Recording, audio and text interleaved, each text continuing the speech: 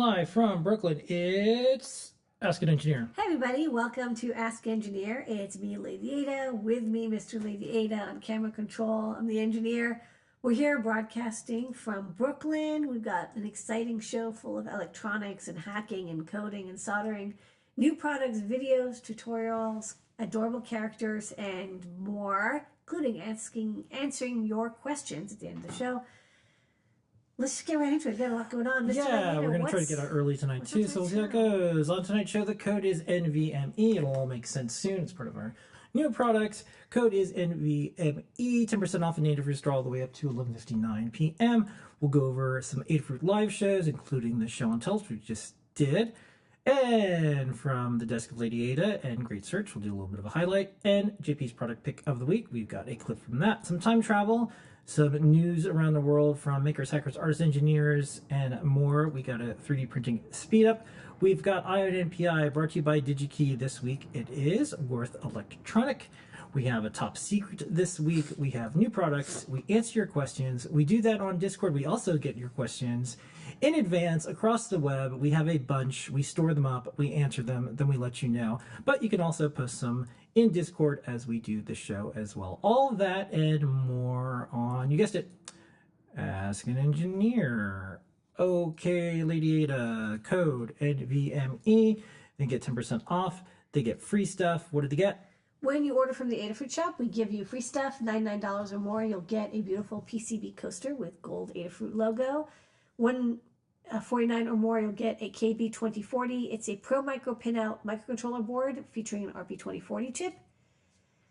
$199 or more, you get free UPS ground shipping in the continental United States. And $299 or more, we're giving away our favorite microcontroller dev board, the Circuit Playground Express. It's got everything built in to make it super fast for you to learn electronics or coding, even if you're a beginner. Okay, on our website, do make sure you check out the Adafruit Holiday Shipping 2024.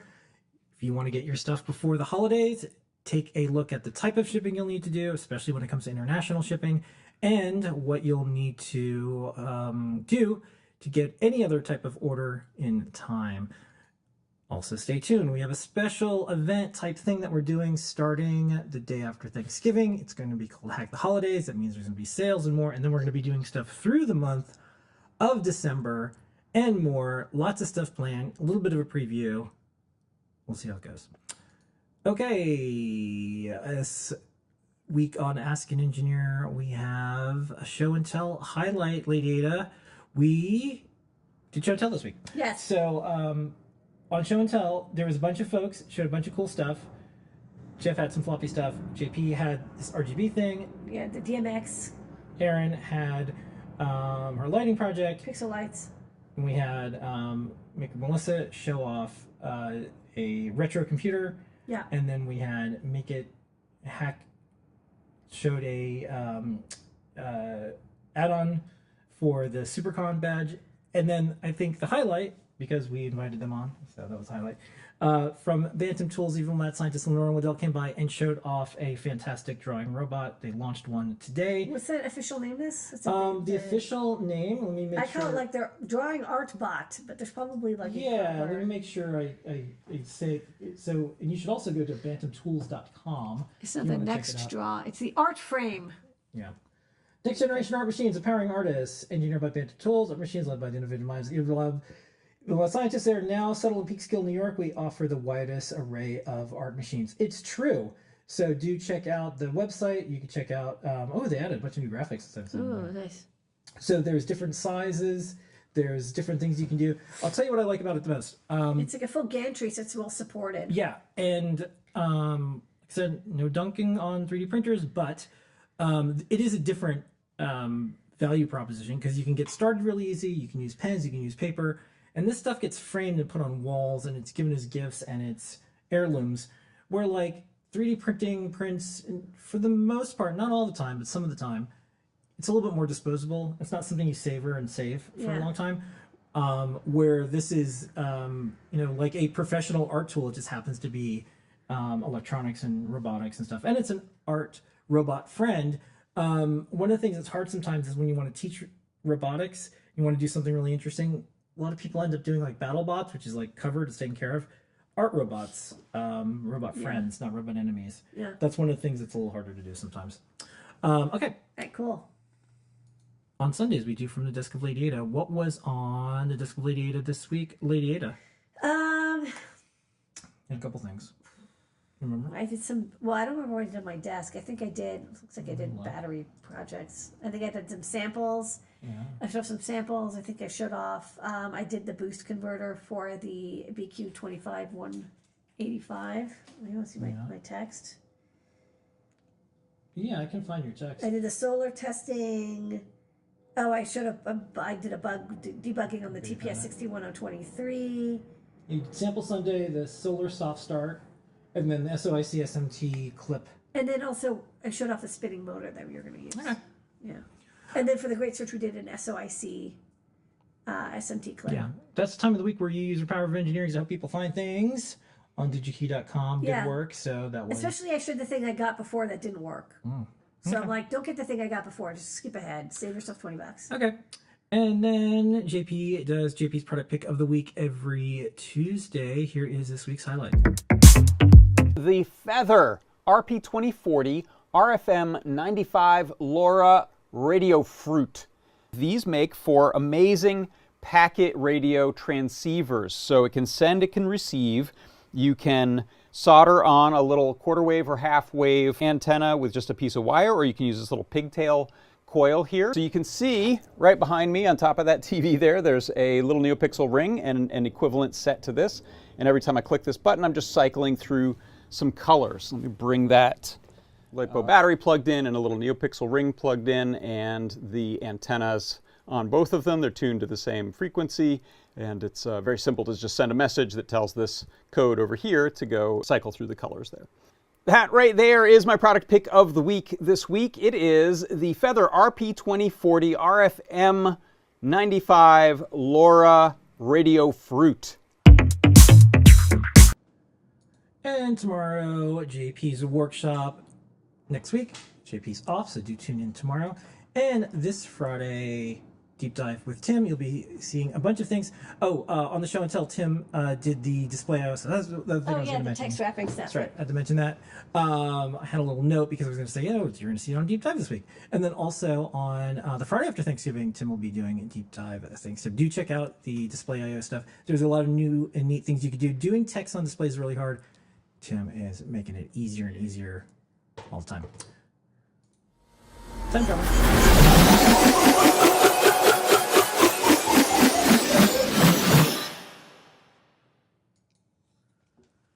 All right, some news from around the web and more. Here's a little bit of preview. Speaking of time, so this is a bunch of floppy disks, and they have numbers 1 through 24. What could it be? We are doing It's a Windows install. Online advent calendar of retro computing, your first computer, electronics, but it'll start on December 1st, and each day we're going to post a retro computer, or maybe it's someone's first computer, or maybe it's electronic project, but it'll be something back in time, and it'll be they did online. their stuff in the background with the Radio Shack catalogs. Yeah. So if you want, get your stuff ready. We'll be asking people to post theirs, show off your first computer. Melissa showed off her 40-year-old Apple computer that I think she said was at her mom's place. Still running. So that is one of the things that we're going to do. We have a bunch of stuff planned. Basically, the holidays, it's really hard to cut through the noise because it's all sales. So we want to make sure we have like features and things that have nothing to do with buying stuff. It's just like memories and nostalgia. Yeah, please buy something from Adafruit. Great. But also we want to, kind of, here's the history of a lot of the computing that got us here. So we'll be doing that. Alrighty, next up, open source hardware news and more. Well, it's time for me to talk about open source hardware, Lamar. Oh boy, oh boy, oh boy, oh boy. Okay, so today there was an announcement by Prusa. This was an article I wrote a long time ago. This one was called When Open Becomes Opaque, the Changing Face of Open Source Hardware Companies. And I had Arduino, SparkFun, and Prusa, and I kind of wrote about a bunch of different things. Prusa has an open source hardware logo tattoo. Here's my little screenshot about their own website with origins because things have changed. So this is the new Core 1, and it's their new 3D printer, a little bit of a change, and I want to compliment them on some stuff first. So let me get me on here. So it's cool. It's enclosed. Yeah, it's enclosed. So first up, people should be celebrated and companies should be celebrated for doing any bit of open stuff. We do open source. We don't think anyone could or should do it. Whatever, who cares? We do it. It works for us. Knows doesn't work for everybody. However, there has been a movement for Prissa to go from what they were known as an open source hardware company to not having as much open source. So that's what I wrote about a while ago. And I emailed them. I always email them. I have the email them out to the now. I always like to give people the opportunity to comment on something, or if I have questions to clarify, why assume things, why spread information that's not accurate or true. So you could read that. This is from last year, and they did an article about why they're changing things, and I had follow-up questions. They said they were going to do a follow-up article. They haven't done it yet, so I asked. I said, hey, are you going to be doing that soon? I asked things like, hey, are you going to get that open source hardware tattoo removed? So today, when they launched this, I'm like, oh, this is neat. Let me see what things are open, what things are talking about. So in addition to being, probably a fantastic 3D printer, one of the things that caught my eye was they said, hey, guess what? We are open sourcing the software and the firmware. So great. That's part of it. They should get credit for it. Cool. And then they said something interesting in there that I wasn't expecting, because this is kind of like a controversy in the 3D printing world. If you put firmware that's not from the company, does it void the warranty? So they said, no, it won't. From now on, breaking the seal won't void your warranty. So you're free to flash custom firmware. So my question to them was, what does that look like in the user agreement? Like, what's the actual legal terms? Like, what's the thing? It says it on a blog post. Blog posts are different than, like, when you buy the thing. So I'm like, what does that look like? Because that's kind of cool. Wouldn't that be neat if other companies said, okay, here's how you can allow your customers to do whatever they want. They're just acknowledging that things can go wrong. We said you had to cut the trace, and by cutting the trace, by cutting the trace, you're avoiding the warranty. Yeah. Oh. So they're going to disclaim liability for any kind of damage or harm a printer with a broken seal, but it doesn't void your warranty apparently. That's kind of cool. The other thing that I thought was interesting is they have this GPIO hacker board, so you could do a bunch of neat stuff with that. You could do custom print heads. There's all these things, but then my follow-up questions, because I was like, that's interesting. They have another brand, Buddy 3D. This is like their brand that has all sorts of 3D printing accessories. Yeah. So that's cool. Then they say the firmware for the camera was made under our strict supervision, so we can guarantee 100% security. So I said, is that a bounty? Is that a challenge? Because, like, careful, like, computers are meant to not be secure. So that's interesting that they're, like, saying security is part of their thing. And then I was like, well, I wonder why they're saying that. Is there something? And I think maybe because there was 3D printers that were online, and some folks like that, some folks don't like that. They say you can use it completely disconnected. It doesn't need to be online. And you can still use USB. Don't worry about that. And they say you can always make an independent audit of the printer here. And then the thing that I asked about, my follow-up was, because I wanted this really happen. They said, you can sleep soundly knowing that the product you work on won't show up on Temu all of a sudden. So I think they're implying if you have a 3D printer online, that someone in China can take the files and then make something and then sell it on Temu. So I think that's a little bit of an exaggeration. But I asked, I said, was there an instance of a competitor or some 3D printer out there that the files were yoinked off because the printer's online?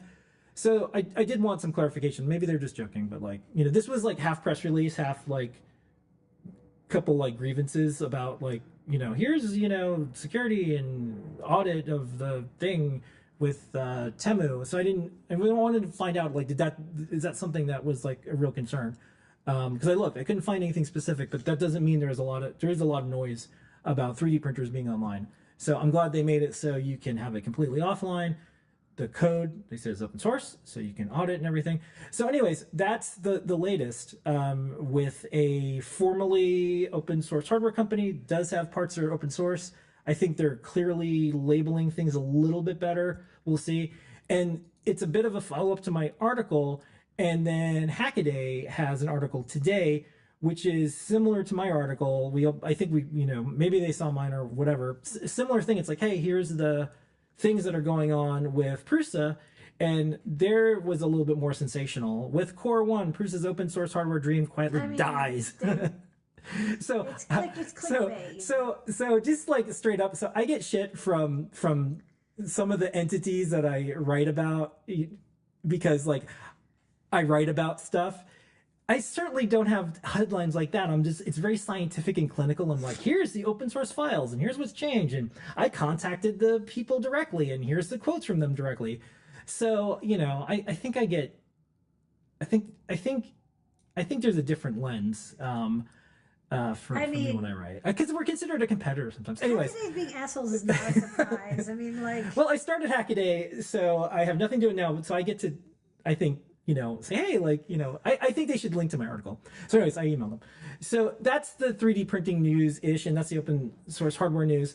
I sent a note to Prusa if there's any updates. I'll have a separate article or I'll add it to my other one. But it is interesting, you can check out mine, that there is a movement towards closed sourcing stuff. The comments on Hackaday, there's a lot of armchair people that are like, well, that's open source. There's no way to make money. You're giving away everything free. That's not true. You can do open source and be a profitable business. These are not things that are opposing each other. It just depends on what you want to do. I wanted to get some clarity about what's going on with Prusa and some of their claims about patents in China and cloning and all this stuff, because is that really the reason, or was there other things going on? So, anywho, I don't know. That is my soapbox of the week. Speaking of open source hardware, we have a bunch of guides on data for Linux system data. What is on the big board? Well, we actually don't have any new guides this week. No guides? Okay, great. Yeah, so tune in next week for guides. Yeah, I didn't get And then we have some stuff on Adafruit Playground. Do check that out. Speaking of 3D printing, we have our speed up video of the week.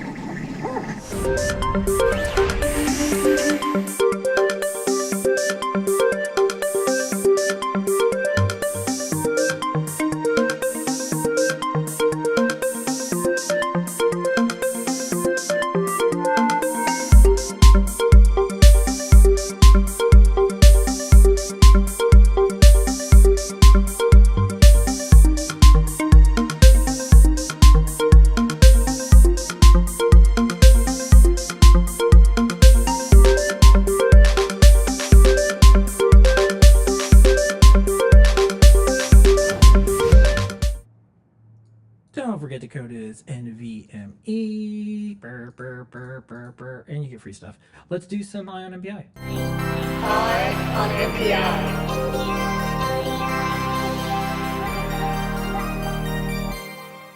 Eye on MPI brought to you by DigiKey. This week it is Worth Electronic. Lady Ada, what is the new product introduction of the week this week? Okay, this week we're looking at Worth Electronics SMT pick and placeable standoffs. They have a bunch of them in different setups, and I love these. Yeah. I kind of discovered SMD standoffs like 2 years ago, and it's totally changed how I design products now.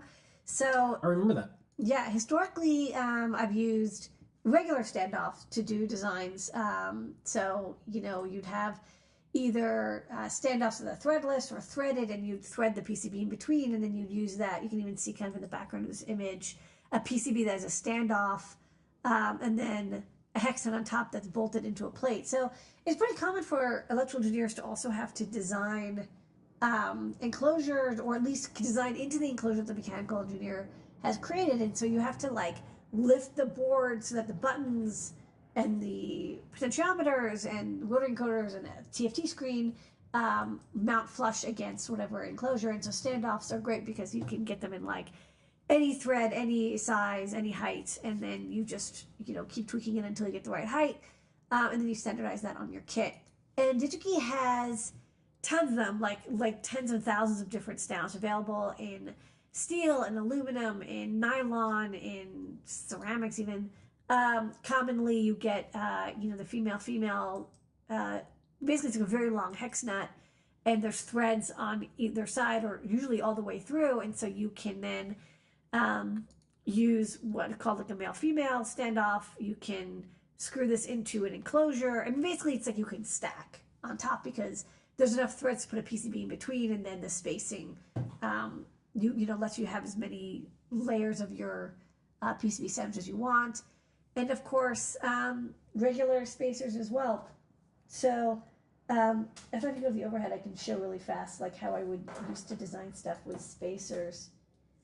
So this is like, the Pi Gamer, and I would use plastic as spacers, and then I would have a Phillips nylon screw on one end and then a hexagon on the other.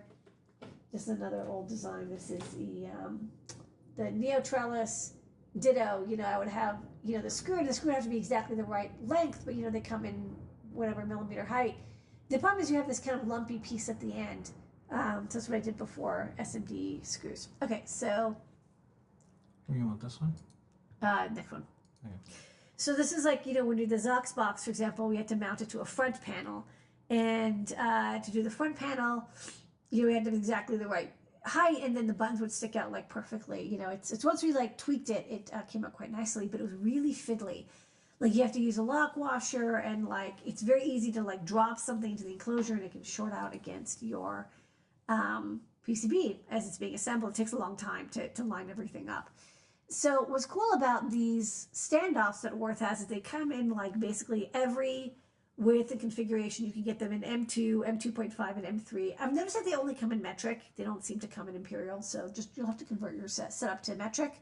But most people have already started to convert to metric. I'm definitely using metric these days also as well.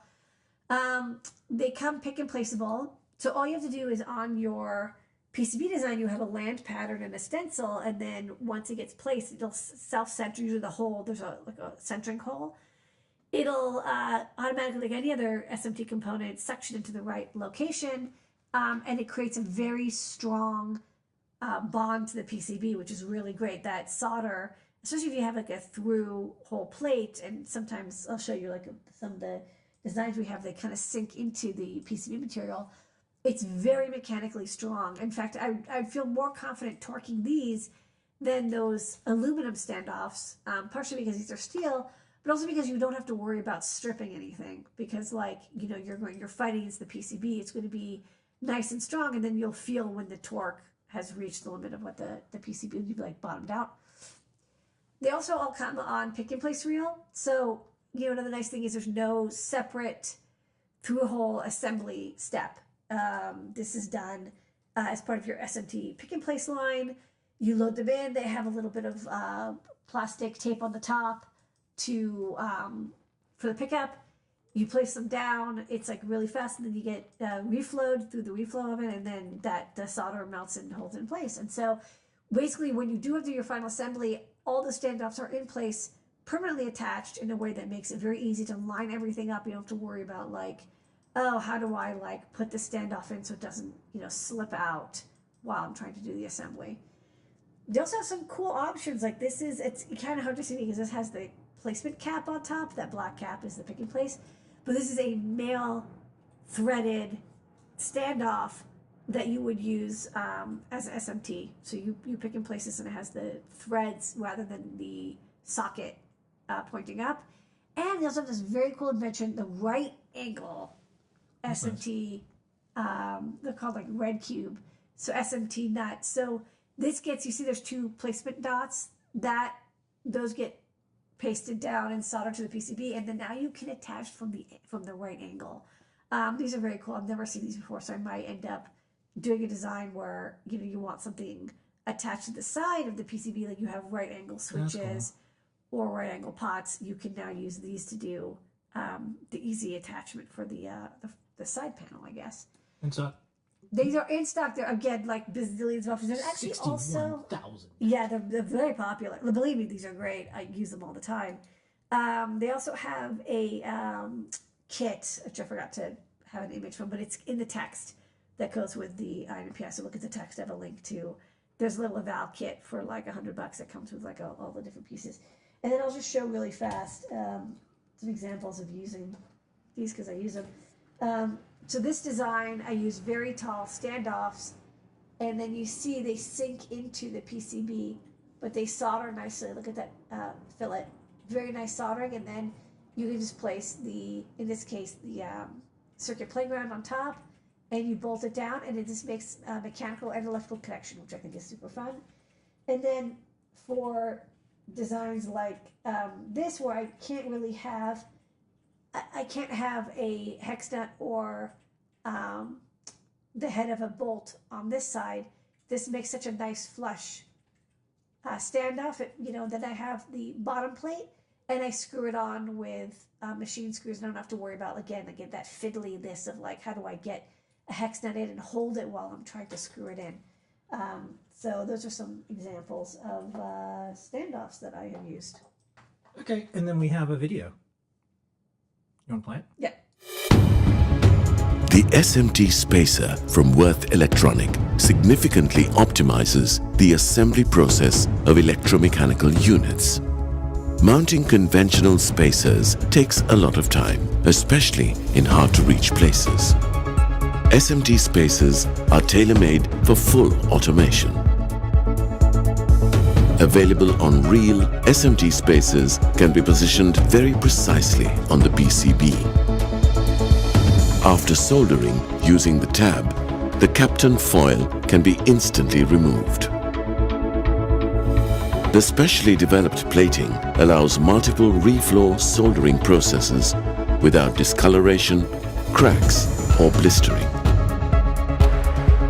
The combination of solder pad geometry, solder paste, and tin layer thickness guarantee optimal wetting and soldering.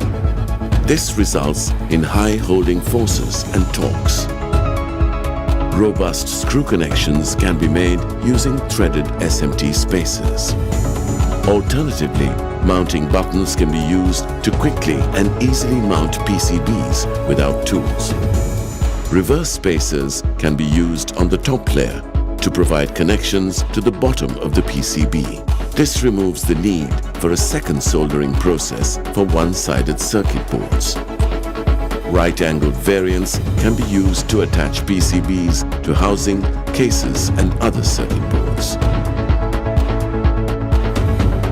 Fast, strong, safe. Take advantage of Worth Electronics SMT spacers in your application. Eye on MPI.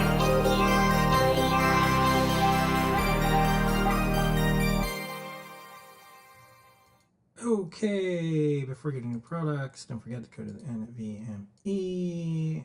Save a bunch of money. Yep. And more new products.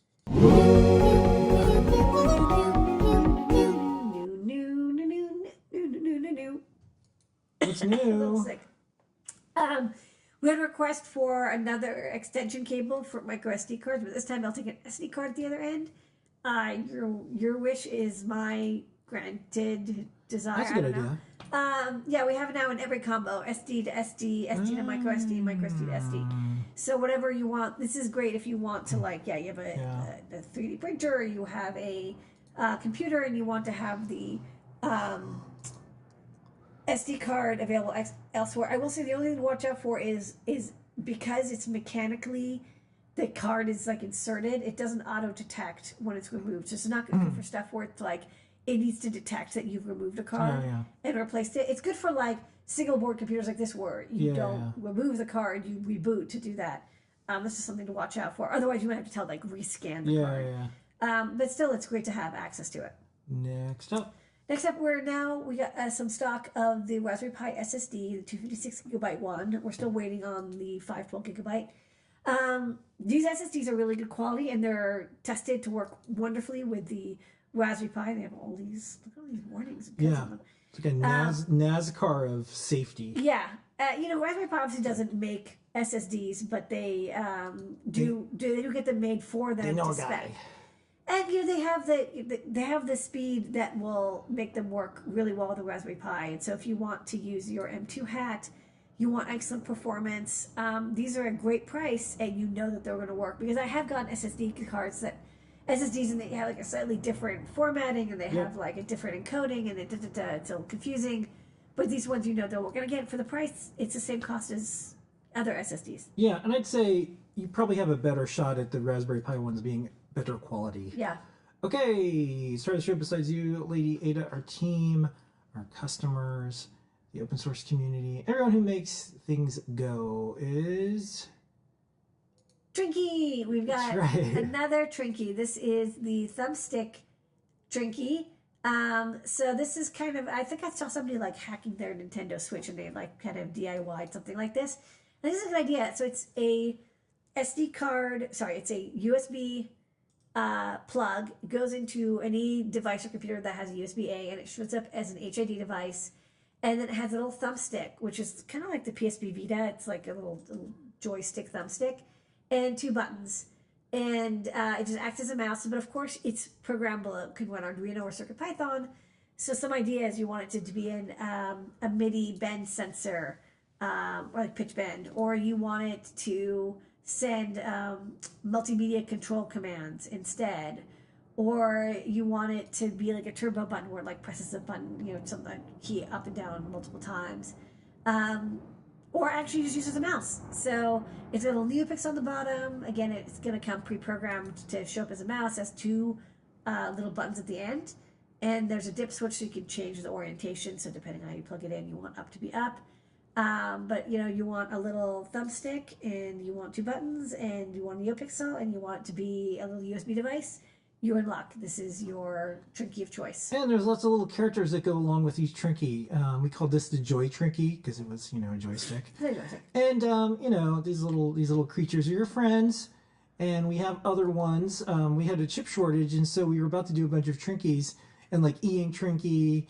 And there was a bunch of designs. The e-ink Trinky actually ended up being something else. Yeah. I ended up turning that. I was like, designed as e-ink Trinky, and I was like, yeah, you know, I think it's actually would be better just as like the e-ink I like the alligator because he has a little USB thing. Yeah. yeah. So, anyways, these are the little characters. So we'll get back to this and more, but you can check this out. And that is New Products of the Week.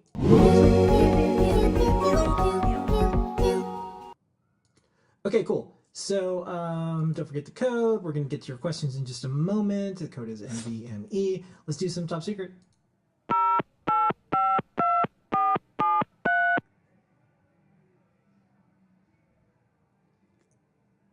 Okay, Lady Ada, what is this? This is, I was looking at a forum post and somebody's asking me about these like fake Nixie clocks.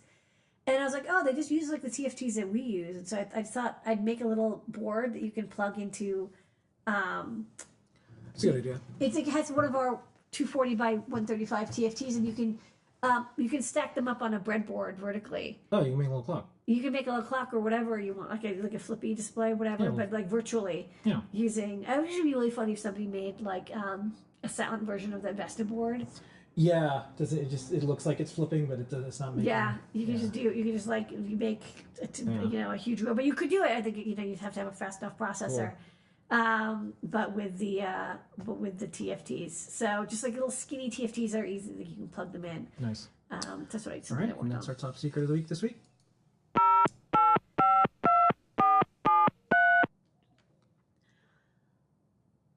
All right, moving right along to questions. You asked, we answer. This one, this person wants a device that'll tell them when their washer and dryer are done. So they want to be notified via text when the cycle's complete. How would they do this? You know, I was thinking about this. I think, you know, it's tough because I think, yeah, an accelerometer would be good. It could detect it. And then you could use Adafruit IO. And then Adafruit IO has SMS and email capability, so you can have it notify you when something stops vibrating. So I think since you want accelerometer, you could use one of our ESP32 feathers or QT pies, and then add accelerometer and stemma QT. So no soldering. And then check out Adafruit IO tutorials to send when you know, the accelerator is vibrating and when it isn't. Do they use Whippersnapper for something like this, or would they use... Whippersnapper doesn't have because it's a weird, the accelerometer, you take the values, you have to do some math on it. It can't quite do it So yet. it would just be Adafruit IO. And we probably have a tutorial or a guide on it. We have some very similar stuff. Yeah. Okay, great. You'd just start by like sending the like vibration data every few minutes, and then Yeah, this is a common request, and we have a bunch of threads and Matter things planned, so you could have devices that are maybe use It's a Snap, things like that. Okay, next up. This one is just curious because interesting use case. So this senses the water temperature. Is there a way to have it log that pools pH as well? This is from the IoT pool monitor using Adafruit IO and Whippersnapper. So we actually don't have any pH sensors, but you totally do it. You just get a pH sensor, and you would read the analog value from it, and you could send that to Whippersnapper also. Yeah. Someone in the chat mentioned it might be possible to use a smart plug that has a power monitor built in for... I gotta check this out. Well, you know, we're going to do a project with a power switch that does Matter. I'm starting to like try to do only Matter stuff because there's like more chance it will actually be able to integrate with it, because I'm still kind of traumatized by that time we did a bunch of projects with like Alexa integration, and then like it was killed off. Like anytime you try to integrate with an ecosystem that does like home automation, that company kills it off. And the answer is like, oh, just use Home Assistant. But a lot of people, like, believe me, I run Home Assistant. It's not easy for a lot of people to run Home Assistant. No. And a lot of people already have like HomeKit at home. You know, they have a home automation thing going on already with like an off-the-shelf blob.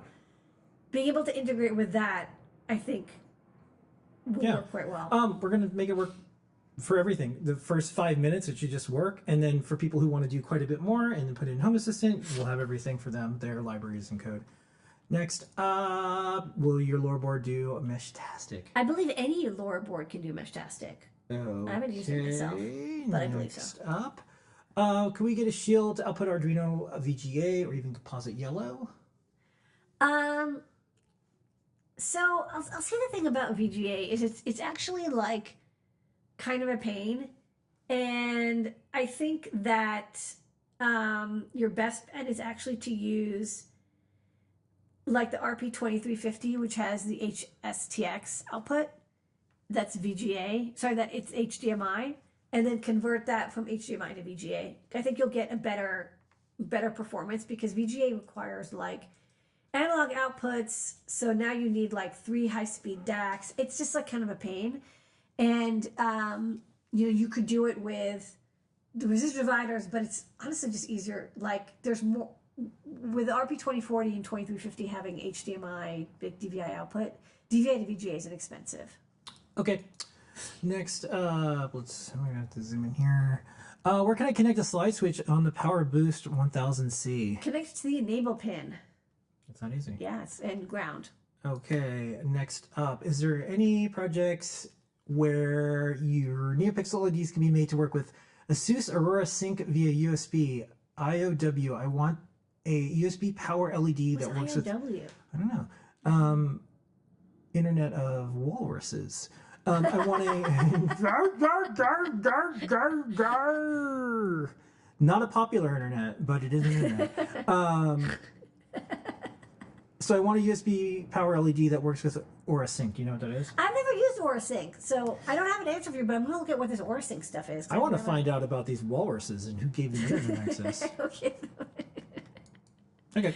Don't get Bluetooth to walruses. Next up. Can't wait to see your take on those. I love your NR52 core for Arduino and easily customizable bootloader. Are you planning to make Arduino core for the NR54 too? The Connect XD seems to be heavy on abstraction. This is for INMPI a while ago for the This was like 2 weeks ago. Yeah, 54L15. Yeah, I think we're looking at it. I mean, we just got the dev board, and maybe the chips aren't even available yet. But I think that we're going to skip the NR53 and just go straight to developing for the NR54. And this is one of those young people things, I think. IOW is in other words. Thanks, Mike. In other words. I don't see that as a... Was that even a necessary phrase, though, words, to add? IOW. They could have just left it off and just said, I want... in other words, I want... Yeah, I wonder if anyone tracks the use of these abbreviations and how often they're used. That's not a young person abbreviation. I don't know. You don't know. We don't know. How many young people do you text with? Nobody. No, but I'm down with You're the cool down kids. with it? You're down with it? Okay. Okay.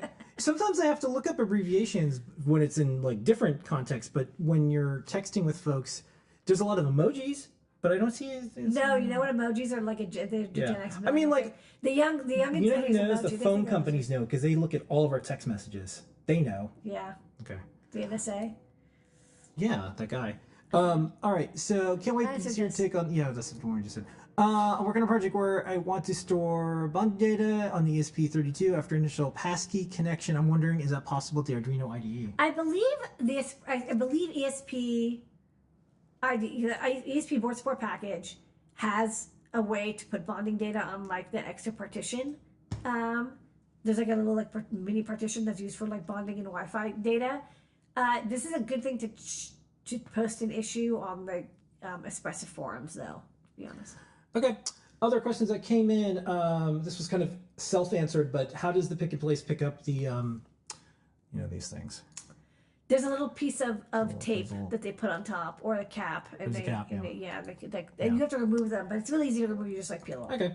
And then are the vertical TFTs inspired by Fumi's guys flip clock display work?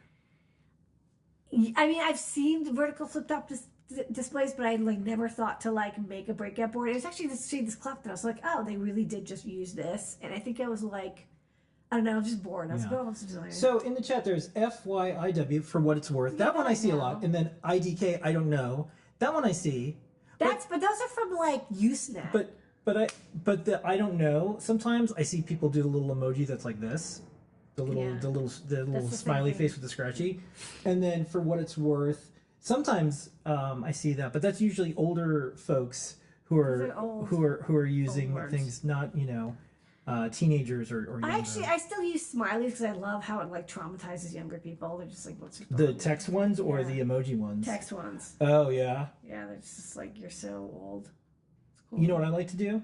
I like to type in some of the words in my text into the little emoji thing, and I like to discover new emojis. Yeah, that's fine. There was a ice pop I found. Oh, they have ice pop? Yeah, it was called shaved ice.